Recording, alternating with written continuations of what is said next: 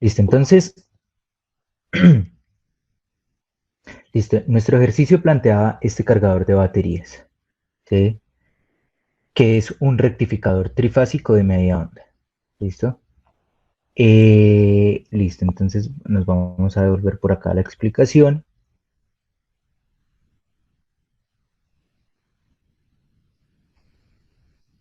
Listo,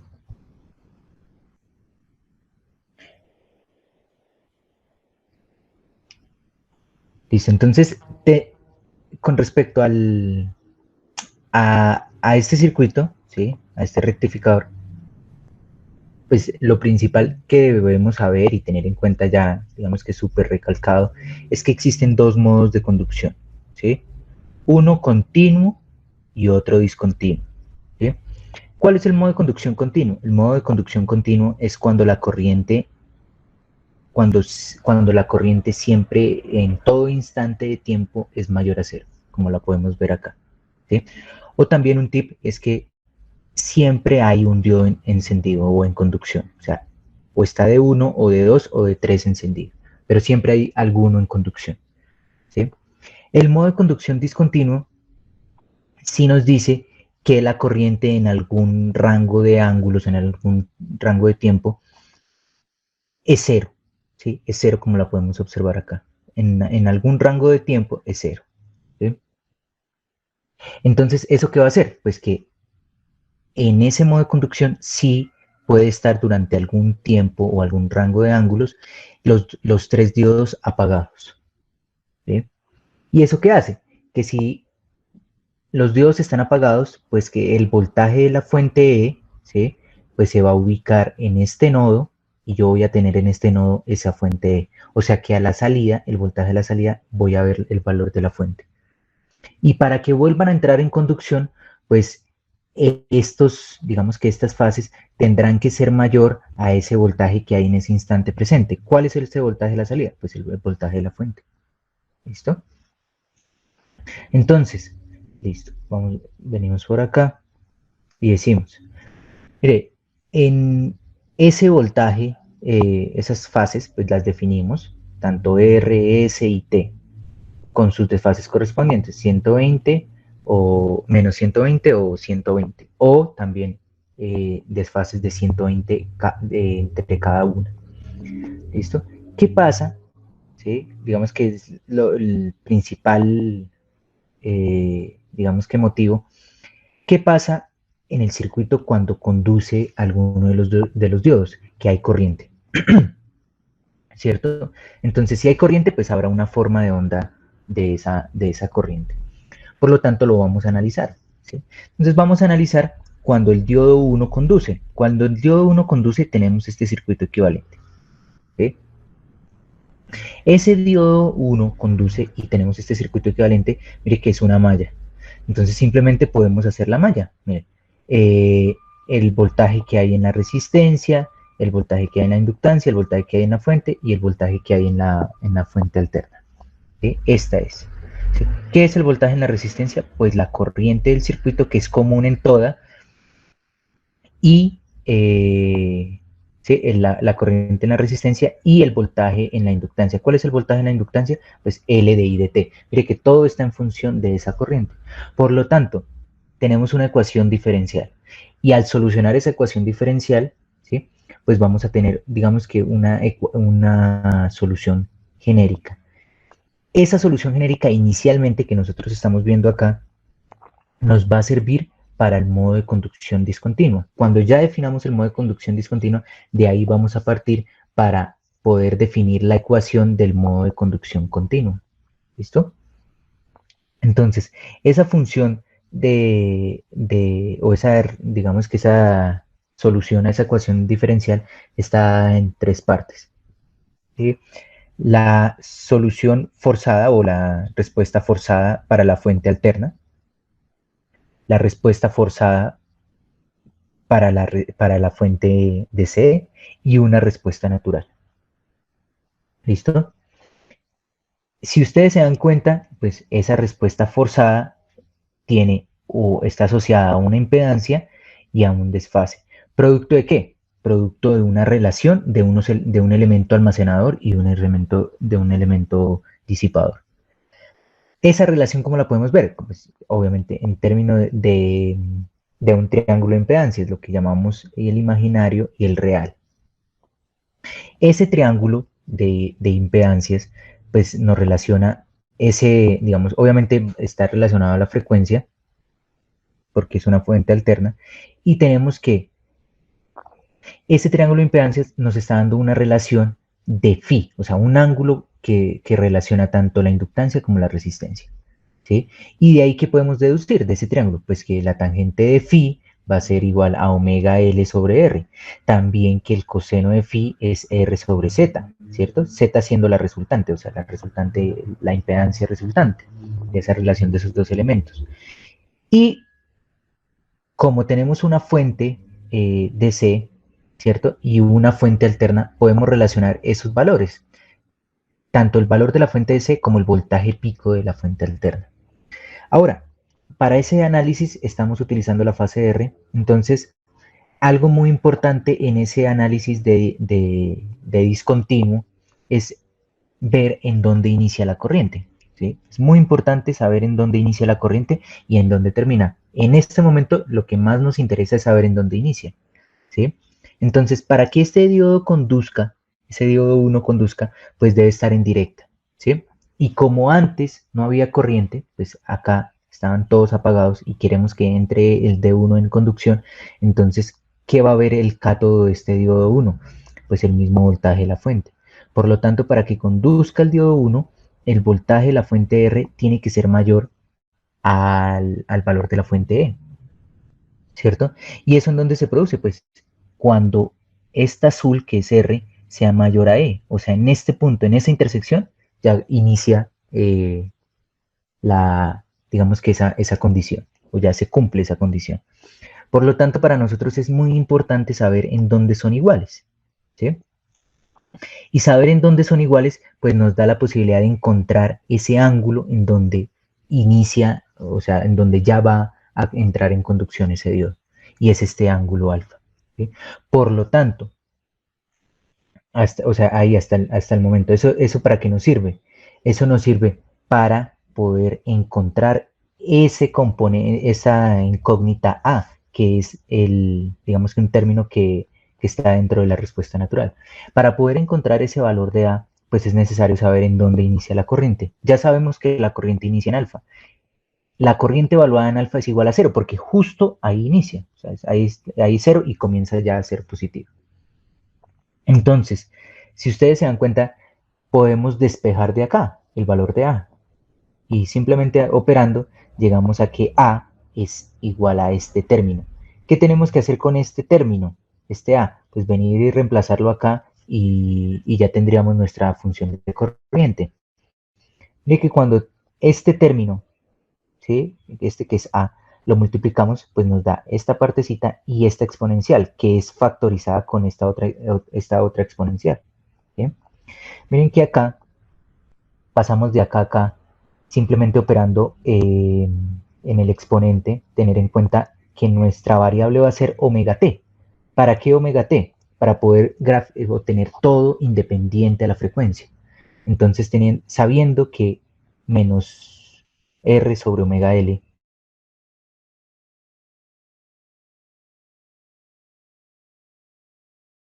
fácilmente. ¿Sí? Y si ustedes se dan cuenta, pues al multiplicar, ¿sí? Al multiplicar esta A por esta exponencial variante en el tiempo, pues mire que aparece acá un término importante. Este alfa nos está diciendo, el exponente de este Euler, nos está diciendo que esta función de corriente está iniciando en alfa, está iniciando en alfa. ¿Sí? Entonces, esa corriente está iniciando en alfa, que es lo que nosotros acabamos de definir, muy importante. La corriente no inicia en cero, inicia en alfa. Por lo tanto, esta corriente ya, digamos que definida esa función, ya no tenemos incógnitas. ¿Sí? Ya sabemos que la función inicia en alfa. Ya sabemos cómo hallar ese alfa, pero no sabemos en dónde termina. Lo único que sabemos es que termina en algún ángulo. O sea, inició y volvió y terminó en cero. ¿Cierto? Entonces definimos que ese beta es el ángulo donde finaliza la corriente, donde la corriente vuelve y se hace cero. Por lo tanto, para encontrarlo, pues simplemente igualamos la función a cero, ¿sí? Y en donde estaba omega t, pues reemplazamos a beta, ¿sí? Porque ese es digamos, el ángulo donde se está haciendo donde se cumple esta condición. Por lo tanto, de acá tendremos que solucionar esta ecuación trascendental, ¿sí? Que nos va a solucionar o sea, vamos a obtener ese valor de beta, ¿sí? Y ese valor de beta nos va a servir ya de una vez para poder definir nuestra ecuación de corriente en discontinuo, porque ya sabemos dónde inicia, dónde termina y cada uno de sus parámetros. Ahora, para hacerla, digamos que un poco independiente de varios parámetros, lo que hacemos es factorizar. Mire que de acá podemos factorizar el b pico sobre z de este término. Y como veíamos, o sea, aprovechando esas relaciones del triángulo de impedancias, entonces podemos dejar todo en términos de phi. Coseno de phi, coseno de phi, tangente de phi. Obviamente m, pero este va a ser un número, ¿sí? Porque va a depender de e y de b pico, un simple número. Y este phi, ¿sí? Que es la relación entre la inductancia y la resistencia, pues digamos que nos va a dar esa ecuación de corriente solamente digamos que en términos de ese valor, para poder analizarla más sencillo. ¿Listo? Entonces, esa función de corriente discontinua, ¿sí? Esa función de corriente discontinua, ya la tenemos definida. Importante, mire, está definida en el ángulo donde inicia, por eso tiene un desfase, porque la función de corriente inicia en alfa, ¿sí? Eso es importante. Hasta ahí vamos bien, perdidos, mal.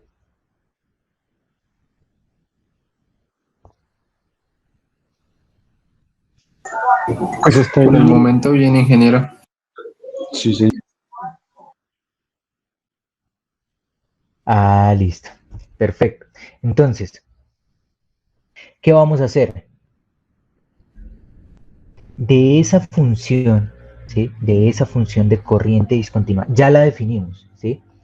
De ahí podemos partir para utilizarla para encontrar la corriente de modo de conducción continua, ¿sí? No exacto, o sea, no literal, ya vamos a entender por qué no es tan literal, ¿sí? Pero sí la podemos utilizar como base. Entonces, ¿cómo yo definí inicialmente esa corriente de modo de conducción continua? Que es la corriente de modo de conducción discontinua, o sea, esta discontinua, más un valor, ¿sí? Más un DC, ¿sí? ¿Por qué? Miren ustedes que esta función de corriente continua está montada en un DC, o sea, tiene un DC y obviamente varía en el tiempo, pero tiene un DC, ¿sí? Está montada sobre un DC. Entonces, esta función de modo de conducción continua, vengo y la utilizo acá, ¿sí? Solamente de uso, o sea, para poder partir de ahí y poder analizarla, ¿listo? Ahora, ¿cómo es este valor de C? Como estamos hablando de elementos, de elementos inductivos, o sea, almacenadores de energía, pues ese DC tiene un comportamiento natural, ¿sí? Ese es intrínseco a ese circuito. Entonces, ya tenemos nuestra corriente forzada y tenemos nuestra corriente, eh, digamos que la que hace que sea continua. ¿Qué es importante que ustedes sepan? Mire que a la hora de colocar la exponencial, ese comportamiento natural, mire que también está en términos del desfase. Recordemos que esta corriente inicia en alfa, ¿sí? Esa corriente inicia en alfa. Por eso, esto está en términos de alfa y este DC también está en términos de alfa. Ahora, vamos a revisarla, ¿sí? ¿En qué ángulo inicia la corriente de modo de conducción continua? Este es el paso más importante, o sea, ya este lo utilizamos de base y vamos a decir, ahora vamos a corregir o a mirar si está bien ese ángulo donde inicia esa corriente, porque la corriente de modo de conducción continua inicia en alfa. Ah, miremoslo arriba. ¿Cuál es la característica para que exista modo de conducción continua? Que siempre hay un diodo en conducción. O sea, está el de 1 y después inmediatamente pasa a conducción el de 2 y después el de 3 y después el de 1. ¿Eso qué quiere decir? Que la fuente E nunca se ve en este nodo, porque siempre hay alguno digamos que en conducción. O sea que este diodo, ¿qué va a haber en sus terminales? En el ánodo va a haber AR y en el cátodo va a haber AS o AT. O sea que, ¿cuál es la característica para que el diodo 1 conduzca?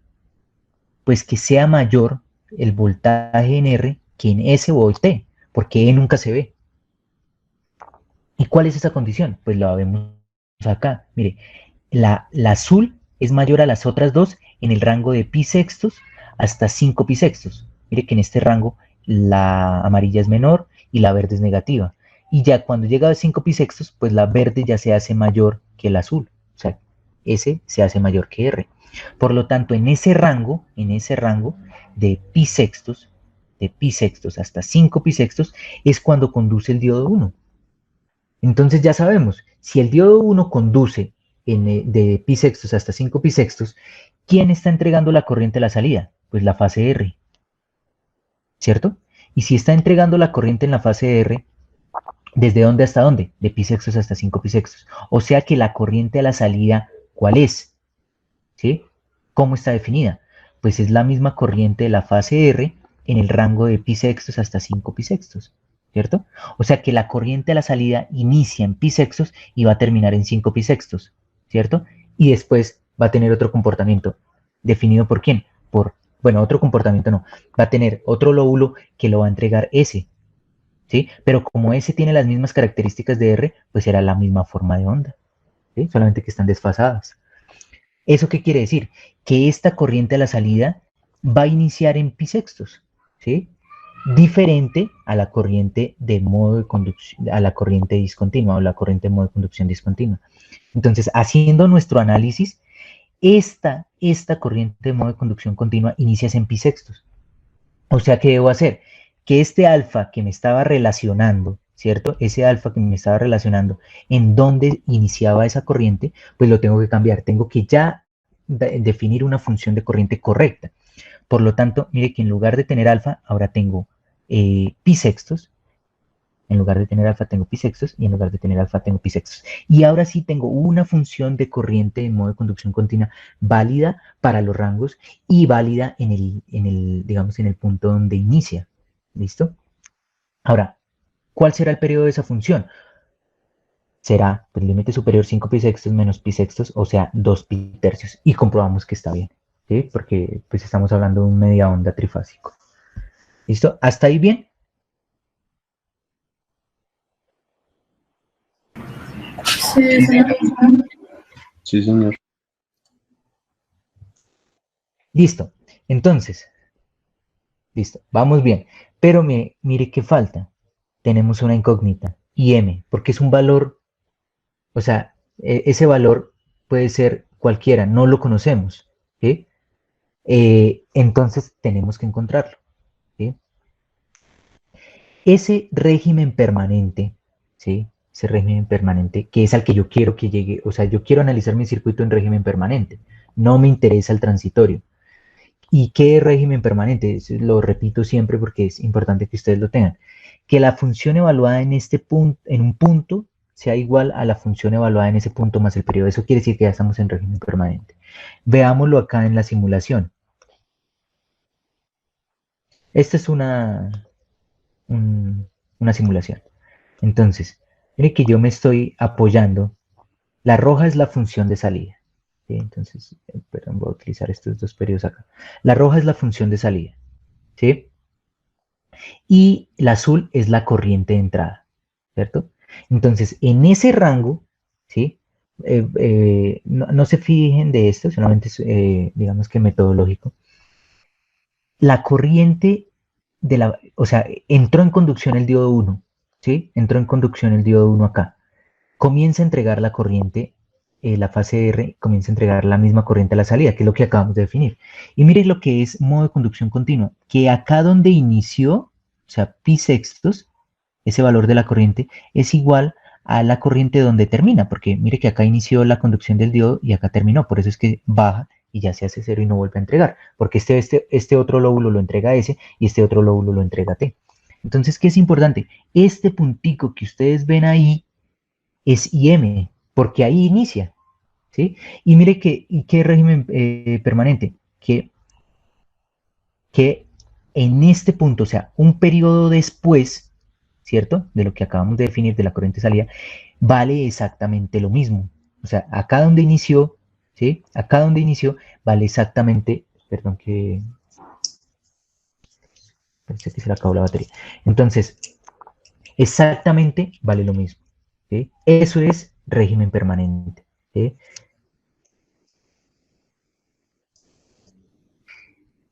Listo, eso es régimen permanente. Entonces, este puntico que estamos viendo acá es IM. Este es el mínimo y este es el máximo. ¿Sí?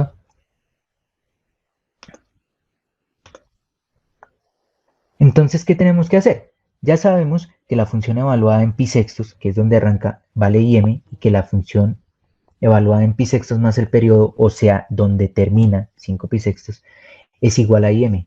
Pues yo evalúo esta función de corriente en 5 pi sextos porque yo ya sé cuánto vale. Así ya puedo factorizar estos dos términos y encontrar, ¿sí? Matemáticamente, que eso ustedes ya lo vieron en el video, encontrar el valor de IM. Ese valor de IM, ¿sí? Ese valor de IM es importante, ¿sí? ¿Por qué? Porque yo, digamos, ustedes quieren saber si su simulación está bien, entonces van, encuentran este valor IM, ¿cierto? Encuentran este valor IM, van a su simulación y miden cuánto es este valor IM, ¿cierto? Porque, o sea, si no colocan la corriente de la fase R, pues este punto va a ser imposible de ver, ¿sí? Lo que les ayuda a colocar la fase R en la misma gráfica es saber en dónde está IM. Y ahí ustedes dicen, ah, me quedó bien, no, me quedó mal, ¿sí? Y ese les ayuda. ¿Listo? Entonces, definir ese valor de IM, ¿cierto? Pues yo, listo, ya lo tengo. ¿Qué tengo que hacer? Pues venir y reemplazarlo acá, ¿cierto? Entonces, cuando ya vengo, perdón, ahí no, discúlpenme, acá, en la función que nosotros ya definimos correcta, vengo y reemplazo el valor de IM. Y obviamente, pues eso va a tener, digamos que, se va a expandir y tendremos que factorizar. Lo importante es que llegamos a esta ecuación de corriente de modo de conducción continua solo igual, solo en términos de phi. ¿Sí? ¿Válida en qué rango? De pi sextos hasta 5 pi sextos, que es el rango donde conduce el diodo 1. Entonces, esta ecuación, mire, esta ecuación ya tiene implícito ese comportamiento senoidal, ya tiene implícito digamos que ese valor de C y simplificada. ¿Sí? Ahora, si ustedes se dan cuenta, ya tenemos tanto la función de corriente continua, de modo de conducción continua, como la función de corriente la función de corriente de modo de conducción discontinua. ¿Qué nos falta? ¿Sí? Nos falta encontrar o definir, pues, cómo sabemos en qué modo está. Porque listo, yo ya tengo mis funciones. Si yo ya tengo mis funciones, ya tengo los rangos, pero necesito, si me dan un ejercicio, pues yo necesito definir cómo está, ¿sí? Para poder aplicar, porque si no, no lo puedo hacer. Entonces, ¿qué tengo que hacer? Pues volvamos acá a la simulación, ¿sí? Vamos a apoyar acá en esto. Entonces, mire, ¿cuál es la característica para que exista corriente continua? ¿Sí? Que esta corriente siempre es positiva, ¿sí? Y nunca se hace cero,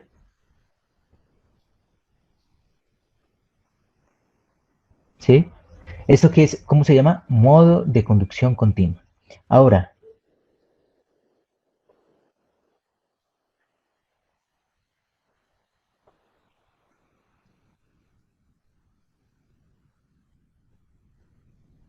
¿qué pasa si yo bajo esta función, o sea, por los parámetros, la bajo, digamos que la intento llevar, ¿sí? La intento llevar hasta cero, a ese mínimo que alcance a tocar cero, o sea, este pedacito, hacerlo así, ¿sí? Discúlpenme acá que me quedó un poquito pasado, ¿sí? Que ese mínimo justo toque cero. Esto se llama límite de conducción, ¿sí? porque justo está en el límite en el que ese mínimo se va a hacer cero, ¿sí? O sea, se va a hacer menor a cero, y está en el límite donde ese mínimo ya puede ser mayor a cero. Si nosotros ya tenemos una función de corriente así, que tiene unos rangos así, o sea, un rango de ángulos donde se hace cero, esto se llama modo de conducción discontinuo. Obviamente, pues no se va a hacer negativa porque pues los diodos solamente conducen en directa, ¿sí? Entonces, solamente entregaremos la corriente positiva, ¿sí? Ya después el diodo entra en inversa y pues ya no va, se va a abrir. Y por eso, al abrirse, es que se produce digamos que ese efecto de que la corriente es cero, porque nadie entrega corriente. Entonces, este límite de conducción me ayuda a definir sobre ese límite. Oiga, ¿se cumple ese límite? O sea, o ese límite está arriba o está abajo. Entonces puedo encontrar si es continua o si es discontinua. ¿Listo? Entonces vamos a mirarlo. ¿Sí? Voy a aprovechar para volver acá. Perdón.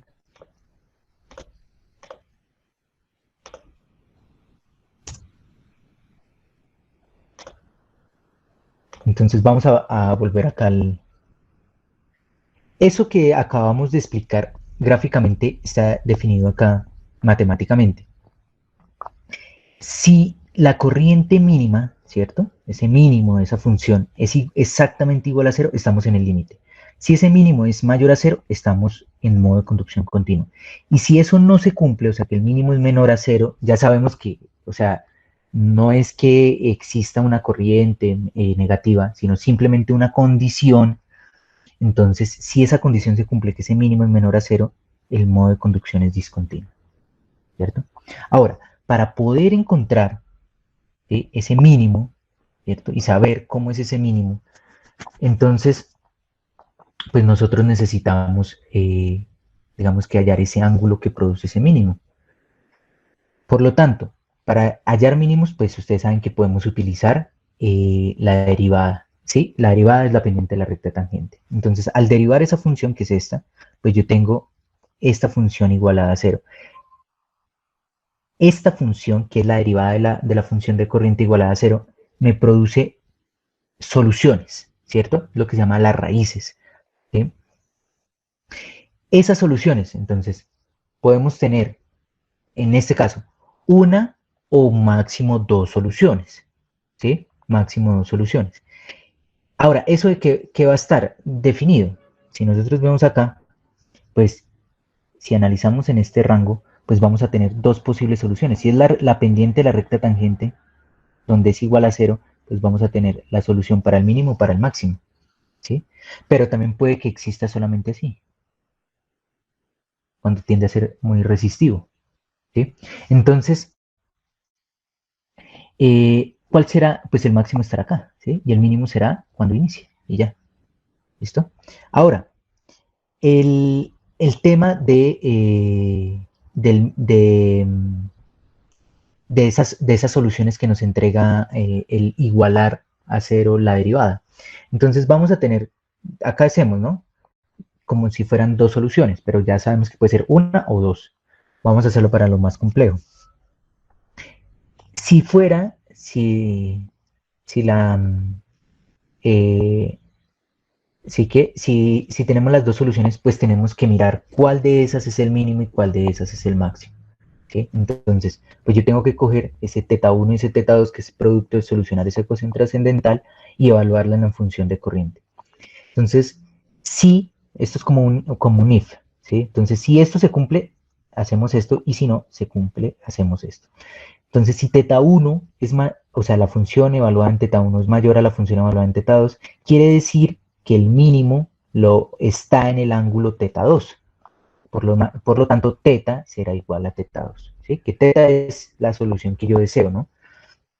Ahora, si esto no se cumple, quiere decir que la corriente evaluada en θ1 es menor a la corriente evaluada en θ2 y por lo tanto el mínimo lo produjo o está en el ángulo θ1. Por lo tanto, θ será igual a θ1. Y θ será nuestro ángulo que, que definimos como el θ o el ángulo donde está el mínimo. Cuando yo ya sé en dónde está el mínimo, ¿cierto? Entonces, ejemplo, si yo esta es mi función de corriente, evaluada en teta, ¿sí? ¿Qué voy a obtener? Pues mi teta mínimo. La función evaluada en teta, voy a obtener el teta mínimo. Ahora, si yo hago que el teta mínimo sea exactamente igual a cero, ¿qué estoy haciendo? Pues estoy llevando esta ecuación a que trabaje en el límite de conducción, justo en el límite. Cuando yo ya tengo eso, entonces, ¿qué puedo decir? Ah, listo, yo ya no voy a trabajar la igualdad, sino voy a trabajar una desigualdad. Que si esto es mayor a cero, ¿cierto? O sea, que esto sea, que el mínimo sea mayor a cero y se cumple, quiere decir que yo estoy en el modo de conducción continua, ¿cierto? Y podemos, digamos que, quitar elementos y dejar una expresión, ¿sí? La expresión, digamos que más conocida es digamos que una expresión que sea en términos o relacionada a la fuente E. O sea, si la fuente es menor a esta expresión, trabajamos en modo de conducción continua. Ahora, si la fuente E es mayor a esta expresión, quiere decir que es discontinua, ¿sí? Porque solamente hubo despejes, o sea, la igualdad se mantuvo, ¿recuerdan? Y solamente tenemos, o sea, lo que nosotros siempre buscamos es, oiga, yo quiero saber, el mínimo es mayor a cero, el mínimo es menor a cero, dependiendo de eso estamos en modo de conducción continua o discontinua. Ahora, lo que nos ayuda a estas expresiones ya en términos, ¿sí? Mire que pasamos, simplemente fue despejar, es poder relacionar o sea, la fuente. Yo puedo subir la fuente, puedo bajar la fuente para que se cumpla el modo de conducción, ¿sí? Después de eso, hicimos un resumen de las dos, ¿sí? Del modo de conducción continua y del modo de conducción discontinua, en donde teníamos la corriente de salida, también la corriente de salida para cada uno. Mire que la corriente de salida en el modo de conducción continua siempre hay un valor, ¿sí? En cambio, en el modo de conducción discontinua hay un valor y después en un rango es cero. ¿Cuál es el periodo? 2 pi-tercios. ¿Cuál es el periodo en continuo? ¿Y cuál es el periodo en discontinuo? También, porque inicia en alfa y termina en 2 pi-tercios más alfa. ¿Cómo es el voltaje a la salida? En continuo se ve exactamente la fuente R. En discontinuo, en un rango se ve la fuente R y en otro la fuente E, que es lo que vemos acá. ¿Por qué? Porque la corriente es cero. Y partiendo de eso y analizando qué diodos conducen en qué rangos, entonces acá definimos, mire, el diodo 1 conduce desde pi sextos hasta 5 pi sextos, mientras los otros están apagados, el diodo 2 conduce 5 pi sextos hasta 9 pi sextos, y el resto están apagados. Con eso podemos definir las corrientes de cada una de las fases, ¿sí? ¿Por qué? Porque si el diodo 1 está encendido, quiere decir que la corriente de la salida la está aportando R. Si el diodo 2 está encendido, quiere decir que la corriente de la salida la está aportando la está aportando S. Y si el diodo 3 está encendido, quiere decir que la corriente de la salida la está aportando T. Y habíamos definido, mire, como nuestro análisis de la corriente, ¿cierto? Nuestro análisis de la corriente fue en el rango, ¿sí? Esta función que yo definí fue válida desde pi sextos hasta 5 pi sextos. Entonces, ¿cuál será la corriente de la fase R? Pues exactamente la de la salida. Esa fue la que analizamos. Ahora, si yo quiero analizar la corriente de la fase S, pues ya tengo que tener en cuenta un desfase, ¿cierto? ¿Por qué? Porque yo solamente analicé este pedacito, ¿cierto? Solamente analicé este pedacito. Este pedacito, pues tiene exactamente la misma forma de onda, pero está desplazado. ¿Cuánto está desplazado? Un periodo, ¿sí? Está desplazado un periodo. Por lo tanto, la corriente de la fase S, cuando está el diodo 1 en encendido, pues será 0. Cuando está el diodo 2 en encendido, pues sí es la corriente de la fase S, es la misma corriente de la fase de la salida, pero con desfase, ¿sí? Porque, o sea, si no, no se cumple, ¿sí? No se cumple.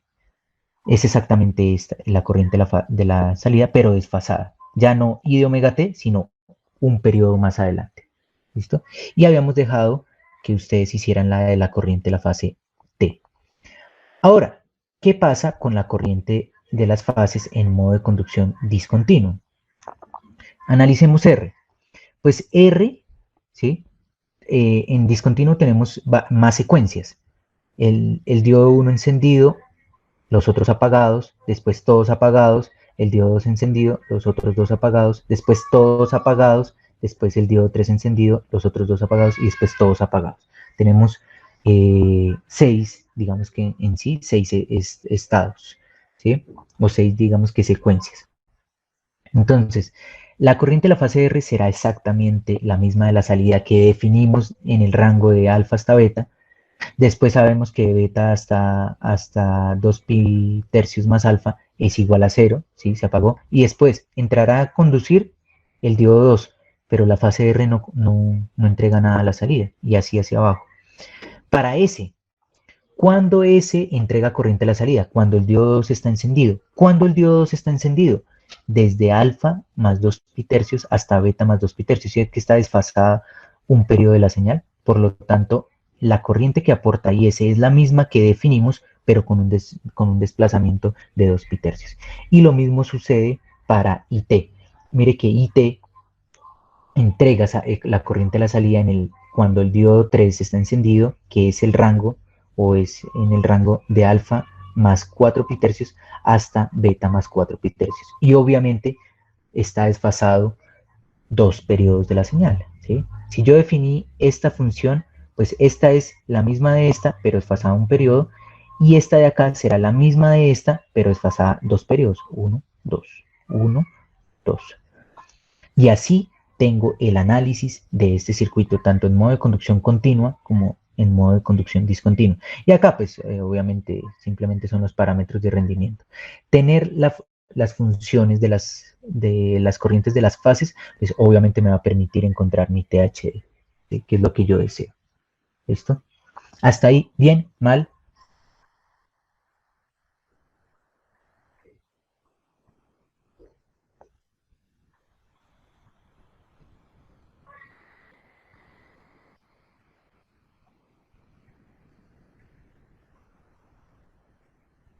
Bien, ingeniero. Pues es como de repasar bastante. Listo. Vale. Entonces, vamos a nuestro ejercicio. En nuestro ejercicio, nosotros definimos, obviamente, la estructura del rectificador. Dijimos que son red trifásica colombiana, ¿sí? Por lo tanto 170 voltios pico y 60 Hz de frecuencia. Dijimos que íbamos a utilizar una batería, esta batería, 12 voltios 75 amperios hora. ¿Sí? ¿Alguien sabe, fue así al azar o fue un poco más, digamos? No, por las características de la batería. Ok, perfecto. Entonces, nosotros utilizamos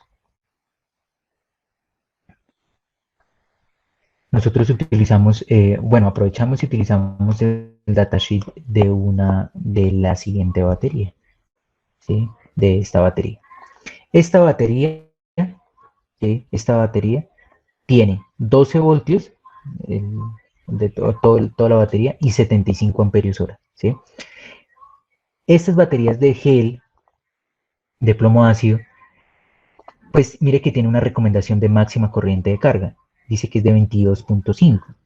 Vamos a bajar y por acá en las especificaciones, mire que dice que la máxima corriente de carga es 0.3C, ¿sí? O sea, el 30% de su capacidad. Esa es la máxima corriente de carga. ¿Listo?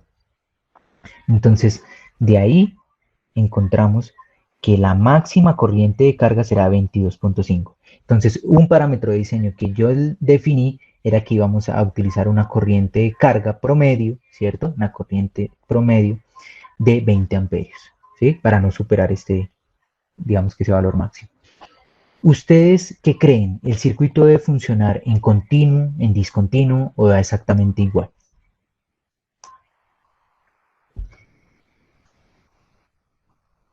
Tendría que funcionar en continuo, ¿no? Para que dé una corriente constante, bueno, más o menos constante.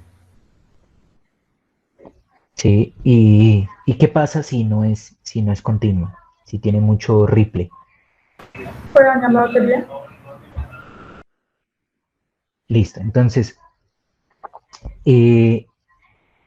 las baterías, ¿sí? Digamos, esta batería está compuesta de dos partes, ¿sí? Una es el electrodo negativo y el electrodo positivo. Cada uno tiene digamos que un compuesto o un elemento, ¿sí? Y eso está sumergido en un electrolito. Entonces, cuando digamos que esos electrodos, el componente eh, se oxida o se puede reducir. Oxidación es que entrega electrones y reducción es que toma electrones, ¿sí? Entonces, en ese proceso, si usted no le entrega una corriente constante o con bajo ripple, entonces ese electrolito se puede expandir, o sea, puede, digamos que producir una reacción no deseada. Por lo tanto, ese líquido se va a expandir o ese electrolito se va a expandir. Y si se expande, entonces es cuando ustedes ven que las baterías se vuelven más grandes, o sea, se inflan, ¿sí? Entonces, no cargar una batería con una corriente constante, ¿sí? O con la corriente, o sea, corriente constante sin tanto ripple, pues puede hacer que se dañe esa batería. Por lo tanto, nosotros deseamos, ¿sí? Nosotros deseamos que ese ripple de esa corriente con la que la vamos a cargar, este ripple, sea, digamos que un término admisible. Ese ripple, por lo general, hasta 20% es bien, ¿sí? Tanto para descargarla como para cargarla. Entonces, tener una corriente de carga o descarga en la batería, obviamente lo que vamos a hacer es un cargador, por lo tanto será la corriente de carga, es que ese ripple pues no sea más del 20%, ¿cierto? ¿De quién? Pues de la corriente promedio. Ya definimos que la corriente promedio va a ser 20 amperios, por lo tanto el ripple del valor máximo menos valor mínimo, pues será ese 20%, o sea, 4 amperios, ¿cierto? Este ripple de acá va a ser de 4 amperios. Por lo tanto, ¿sí? ¿Cómo se define el ripple? Pues la corriente, la máxima corriente, o sea, la función de corriente evaluada en el teta que la hace máximo, menos la función de corriente evaluada en el teta que la hace mínima, ¿cierto? O sea, el valor máximo menos el valor mínimo. Eso es el delta. ¿Listo? Hasta ahí vamos bien, ¿sí? Sí, señor. Listo. Entonces, si ustedes se dan cuenta, nosotros tenemos acá estas dos expresiones. Al operar, ¿sí? Al operar estas dos expresiones, miren que se cancelan este término que es negativo con este término que al salir se vuelve positivo, se cancela el m sobre coseno de phi. Y si el m sobre coseno de phi se cancela, quiere decir que no hay e en esta expresión de delta. Si no hay e, pues no hay ese ripple en amperios, esos amperios, no en porcentaje, sino ya en unidad, la diferencia del ripple, no va a depender de e. Usted puede variar e y el ripple va a ser el mismo, ¿sí? Obviamente que funcione en continuo. Si ya no entra en continuo, pues ahí ya no aplica. Pero siendo continuo, si usted varía e, siempre va a tener 4 amperios de ripple, ¿sí? Entonces, eso es importante saberlo, ¿sí? Entonces, ¿qué tenemos por acá?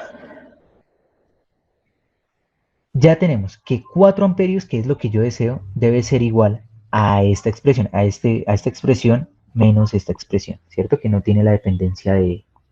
¿Listo? Este teta, teta máximo y teta mínimo, ¿de dónde vienen? ¿Ustedes saben de dónde vienen? ¿Cómo se obtiene? Es una relación de la derivada de la corriente. Exacto, este teta máximo y ese teta mínimo son los ángulos donde la función de corriente es máxima y mínima. Entonces tengo que derivar e igualar a 0 y encontrar ese teta máximo, que es lo que tenemos acá, ¿sí? La función de corriente la derivo y la igualo a 0. Como está igualada a 0, pues este término b pico sobre z pues desaparece, ¿cierto? Y mire, simplemente con las soluciones donde estará el teta máximo y el teta mínimo va a estar en función exactamente, sí, qué pena la redundancia, va a estar solamente en función de phi, de phi, de phi, de phi, ¿cierto? ¿Y cuáles son los valores que puede tomar phi? ¿Sí? ¿Cuáles son los valores que puede tomar phi? 0 cuando es muy resistiva y 90 cuando es muy inductiva, ¿cierto?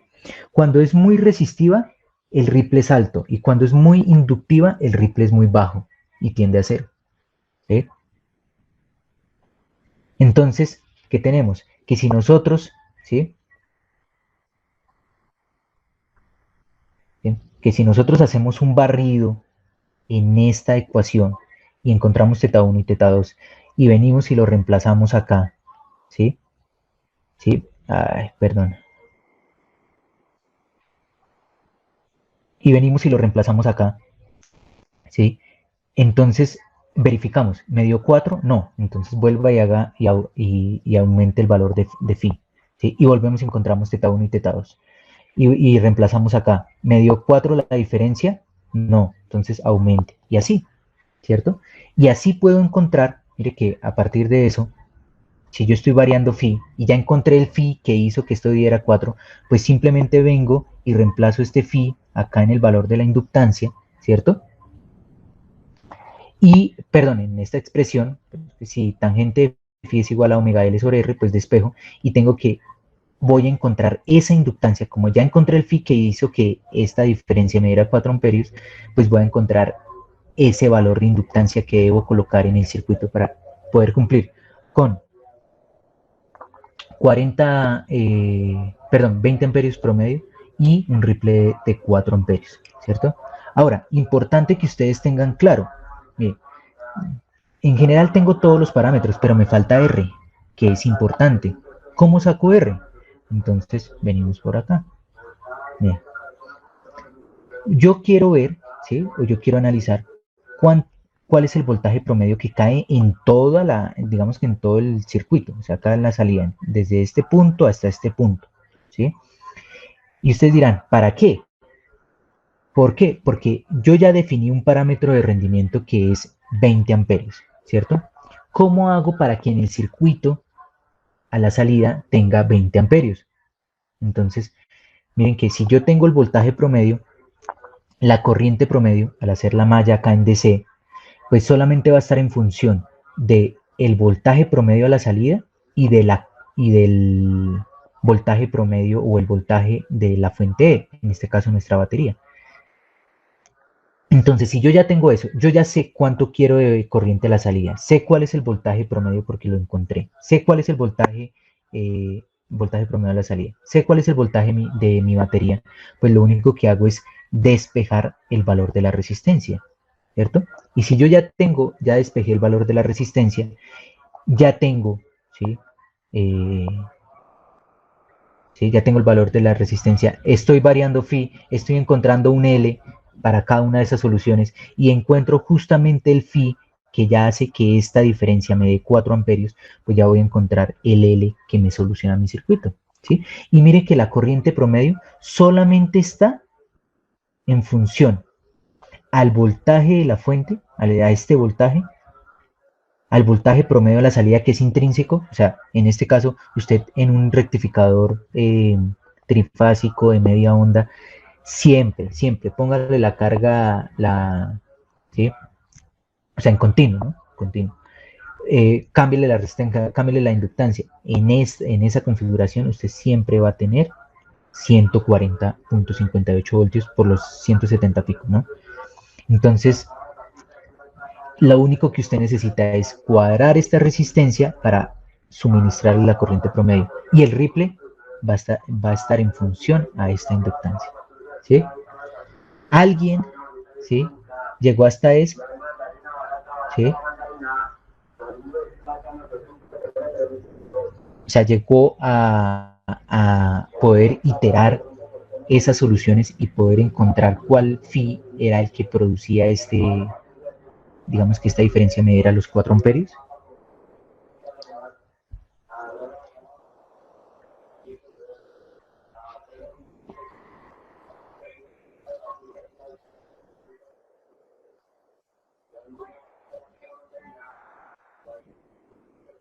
¿Sí? ¿Sí están por ahí?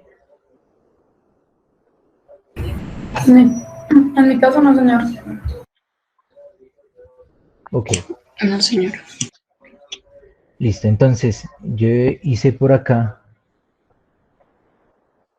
un programita para poder hacer esas iteraciones.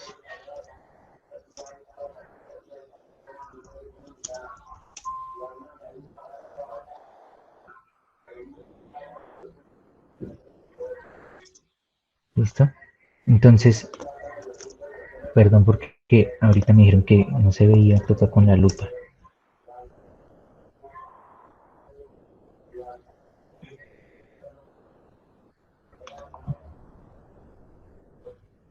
Entonces, tenemos este programita que va a hacer esas iteraciones. Entonces, defino, ¿sí?, mi iteración, ¿sí? Voy a definir mi iteración. Voy a hacer pasos de 0.1 en phi, ¿sí? En phi.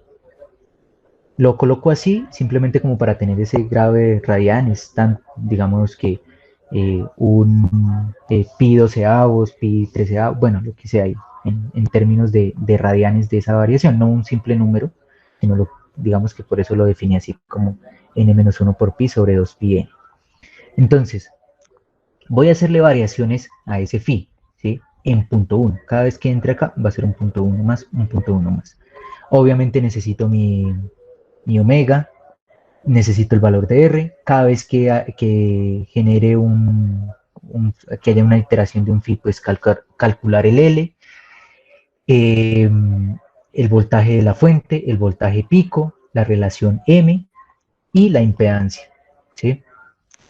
Y tengo esta partecita acá.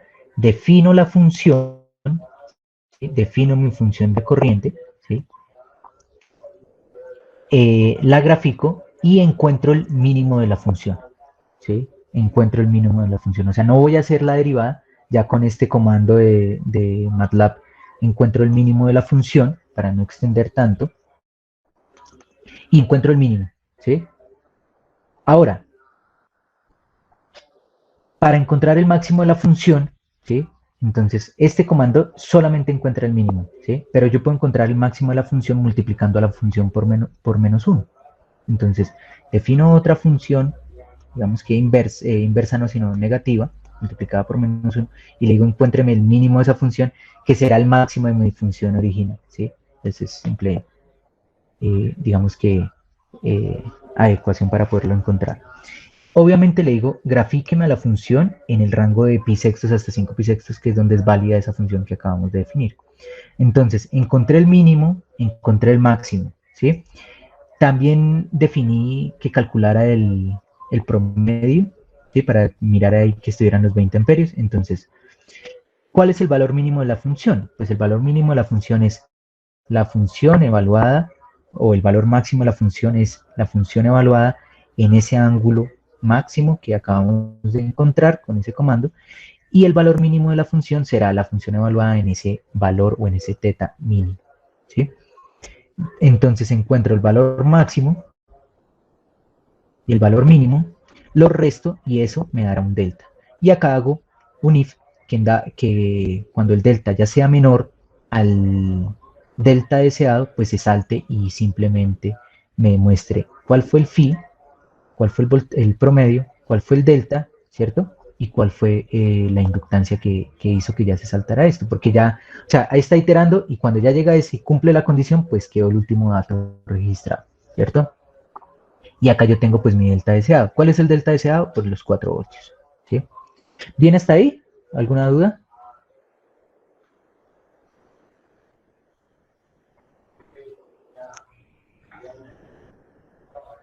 Pues esto está claro. Listo, entonces voy a hacer primero un paso de 0.1 y vamos a correr esto, ¿listo? Y esas son mis funciones de corriente a la salida, ¿cierto?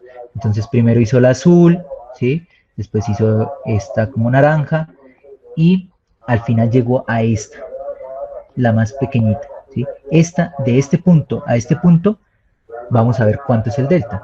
Lo que me dice es que el delta es de 3.7, ¿sí? O sea, los saltos fueron como grandecitos, venía en 4.5 y se saltó a 3.7, entonces obviamente este if, ¿sí?, ya, digamos que ahí ya entró al if y se saltó. ¿Cuál es el promedio? Pues 20.02, bien. ¿Cuál fue el phi que lo produjo? 0.7441, ¿sí? Ahora, ¿cuál es el valor de la inductancia para que se produzca ese ripple? Es de 15.7 milihenrios, ¿no? 15.7 milihenrios, entonces vamos a utilizar resistencia de 6.42, inductancia de 15.7, ¿sí? Inductancia de 15.7 y simulamos. Esta es nuestra corriente, ¿sí? Nuestra corriente a la salida. Entonces voy a verificar, ¿no? Máximo y mínimo. ¿Sí? Mire que el delta es de 3.71. ¿Sí? 3.71. Listo, estamos bien. Ahora, que yo quiero que sea un poquito más exacto. Listo, entonces vamos clear, close all y CLC. Entonces voy a darle un poquito más, digamos que de más resolución a esos pasos.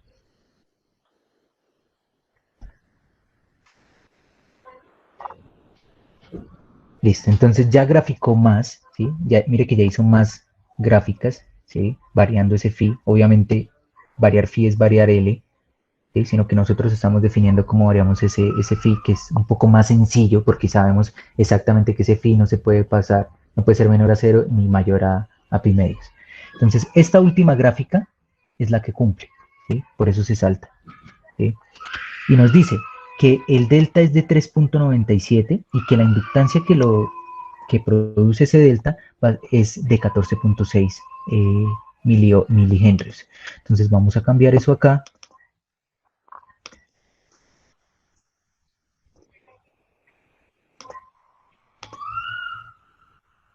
¿Listo? Y vamos por acá. Vamos a encontrar por acá el máximo y por acá el mínimo. ¿Listo? 3.96. ¿Sí? 3.96. Entonces estamos, digamos que, en lo correcto. Ahora, ¿qué queremos que sea más exacto? ¿Sí? Acá tenemos 3.97 de delta. Entonces le voy a agregar un puntico más. Y voy a borrar.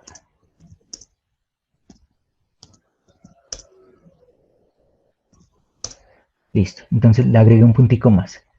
¿Qué influye eso? Pues que va a tener que operar más y iterar más. Entonces ahí nos vamos a demorar un buen ratito. ¿Listo? Y así, aplicando pues lo que ustedes conocen, un poquito de programación, un poquito de iteración, un poquito de cálculo, ¿sí? Entonces podemos solucionar un ejercicio. Mire que este ejercicio, ahí se va a demorar un poquito. Este ejercicio, si ustedes se dan cuenta, pues no teníamos, no es que nos dijeron, R vale tanto, L vale tanto, desarrollenlo. No, partimos de un ejemplo real, ¿sí? Hay una batería, esa batería se puede cargar con máximo tanto, yo le voy a definir el ripple o la corriente con la que la voy a cargar. Mire que la máxima corriente, si el promedio es 20 y yo tengo un ripple de 2 con de 4 amperios, o sea, será que pues eso quiere decir que va 2 para arriba y 2 para abajo, ¿sí? Ya revisamos esa parte. O sea, va a haber una corriente pico de 22 amperios. Tampoco estamos superando los 22,5, ¿sí? Obviamente esta corriente máxima lo que se refiere es a la corriente promedio máxima, ¿sí? Y solucionamos un ejercicio de, digamos, real, ¿no? Correspondiente a algo que se utiliza, ¿sí? Es eso. Ahora, miremos ahora sí nuestra solución. Mire, nos dice que ya tenemos un delta de 3.999 y que la inductancia es de 14.5 milihenrios. Y acá tenemos todas las, digamos que, soluciones de la corriente hasta que por fin encontró donde el delta fuera cercano a 4. ¿Listo? No sé si hay alguna inquietud, duda, aclaración.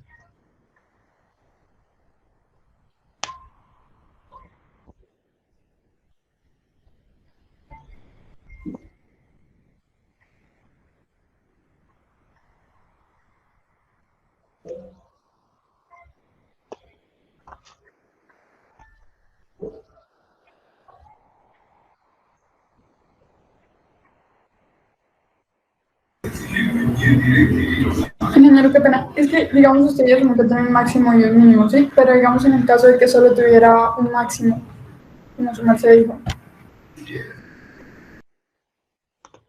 Entonces,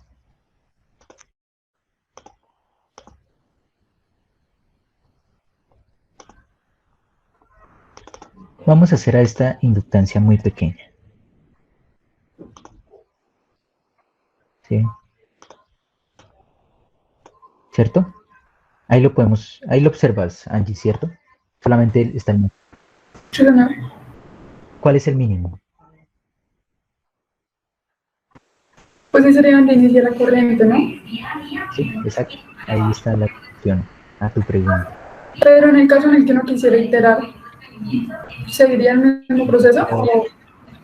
¿Para qué vas a crear si ya sabes en dónde está el mínimo? Ah, ok, sí, sí, sí. Ah, listo. ¿Listo?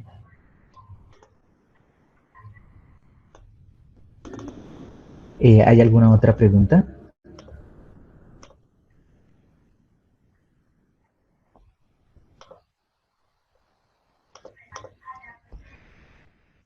Muchachos, es el momento que pregunten si tienen dudas o, o quieren saber algo adicional. Una pregunta, ingeniero. Hemos siempre visto el modo de conducción continua y discontinua, pero en el caso del discontinuo, ¿hay alguna aplicación o solamente es por evitar esa condición? Listo, entonces, digamos, si usted se da cuenta, los parámetros de un circuito, digamos, yo en un rectificador, ¿qué deseo a la salida? Yo deseo que sea un DC, ¿cierto? Deseo que sea un DC. Ahora, pues yo no voy a colocar una inductancia gigante, ¿sí? O en el caso como hace unos años ustedes hacían en las fuentes, un condensador grande para hacer DC. Y ya, no, porque yo tengo unas implicaciones en la corriente de entrada. Entonces, si ustedes observan, un buen diseño, ¿sí? Depende de lo que requiera la carga. Si una carga a usted le exige muy poca corriente, si usted se da cuenta, con el modo de conducción discontinuo, usted puede obtener pequeñas corrientes, ¿sí? Entonces, si la carga le dice, yo necesito una pequeña corriente, pero simplemente la necesito por instantes de tiempo, no, para mí no es perjudicial que en un tiempo sea cero. Entonces usted aplica el modo de conducción discontinuo. Ahora, que se vea muy utilizado, no, no es muy utilizado, pero eso depende de la carga. Recordemos que hace, no sé, hace 30 años, ¿sí? Hace 30 años, pues no existían o no se aplicaban tanto los rectificadores no, es que 30 años es muy poquito. Hace 50 años, 60 años, pues no habían casi cargas, o sea, no habían el cargador del celular, no estaba el televisor con LEDs, ¿sí? Entonces, pues no se necesitaba, ¿sí? Lo único que usted necesitaba era prender un bombillo incandescente y para eso no necesita un rectificador y motores y ya. Pero a medida que va pasando digamos que la tecnología y van saliendo diferentes cosas, esas diferentes cosas necesitan alimentarse de diferente forma. Entonces, el discontinuo es importante conocerlo, no es tan aplicable en este momento, pero yo no le puedo decir que más adelante no sea aplicable, ¿sí?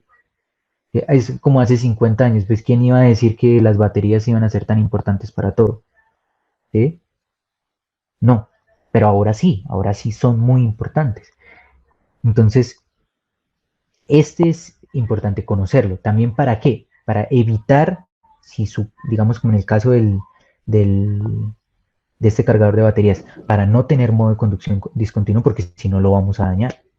¿Sí?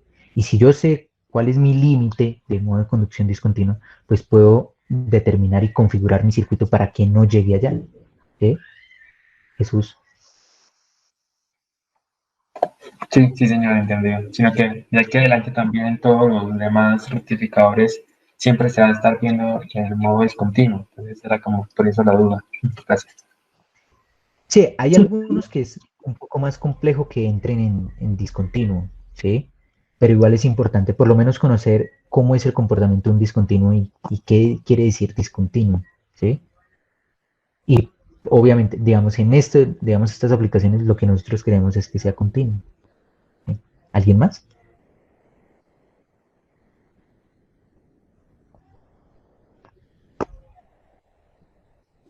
Ingeniero, la Sí, señor. la parte del Ripley, yo no entendí muy bien eso. ¿Eso es un parámetro que como tal nosotros consideramos para el diseño? O sea, O, ¿de dónde salió el 20%?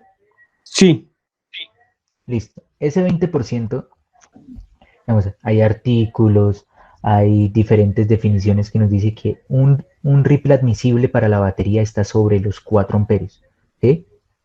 Sobre los 4 amperios, sobre el 20%. Es lo mismo cuando uno va a diseñar una inductancia. Entonces dice, el ripple sobre la inductancia, ¿sí? Que sea de un 20%. ¿Por qué? Digamos, si es más grande, entonces obviamente puede estar dañando la batería, ¿sí? Y ahí hacen diferentes pruebas. Entonces yo descargo la batería con 30% de ripple, con 40% de ripple, ¿sí? Ahora, descargarla con 20% de ripple difiere mucho a descargarla con 10% de ripple. No, tiene la misma vida útil. Ah, bueno, pues yo prefiero un poquito más de ripple porque mi inductancia no va a ser tan grande.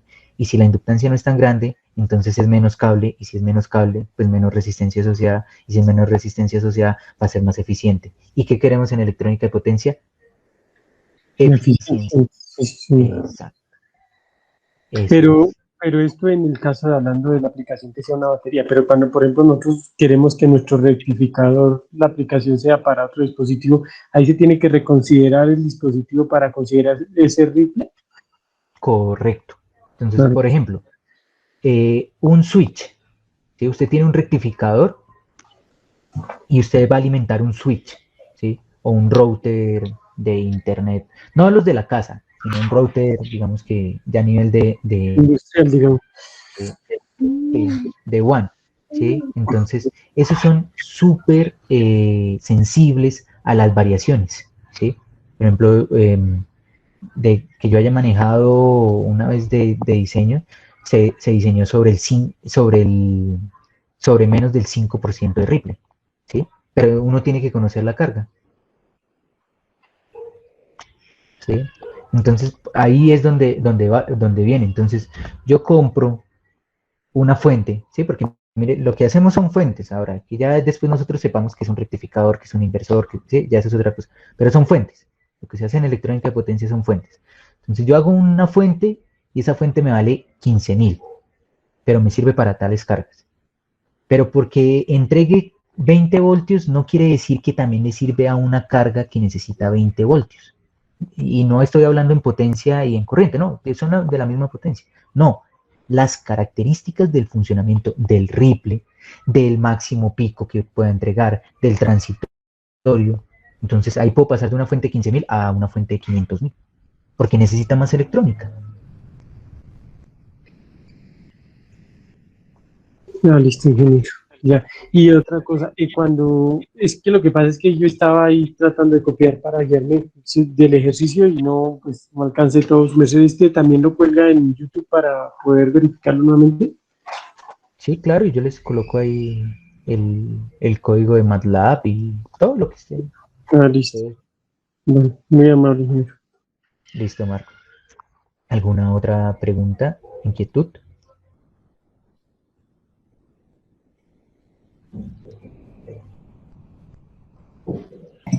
Ingeniero, una pregunta. Dime, Laura. Dime, Laura. ¿Qué pasa cuando tenemos rectificaciones pero negativas?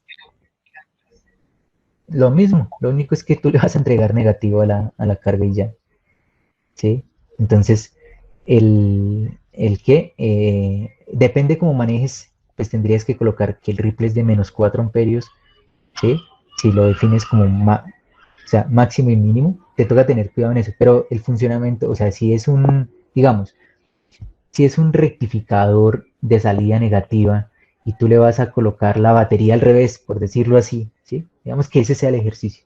La batería está al revés, por alguna razón, ¿sí? No puede estar en, digamos, positivo negativo, sino negativo positivo, y tú necesitas alimentarla con un rectificador negativo.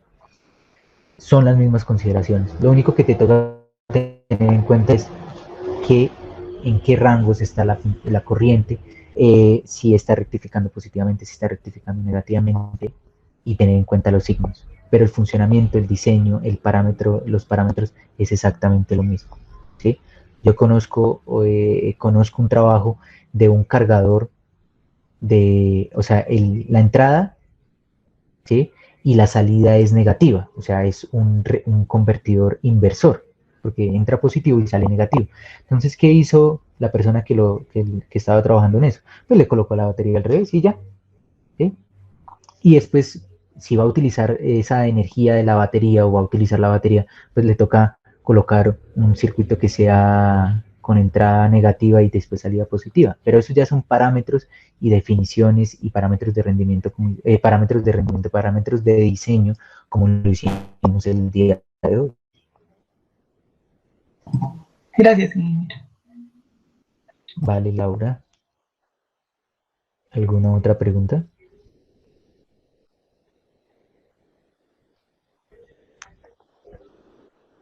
Bueno, ingeniero, y la última, esa era con respecto, pues ya me quedó medio claro, pero entonces máximo, cuando vamos a hallar esos ángulos θ1 para hallar el I mínimo, máximo por lo general salen dos soluciones, ¿cierto? Y uno pues descarta de acuerdo a los valores que le des. Sí, más que descartar, encuentra cuál es el Ah, que sí, le produce. evalúa uno estos ángulos en la ecuación ya conocida y dependiendo del valor que nos dé, entonces ahí tomamos uno de esos ángulos, ¿sí? Sí, correcto. Ah, listo. Mira.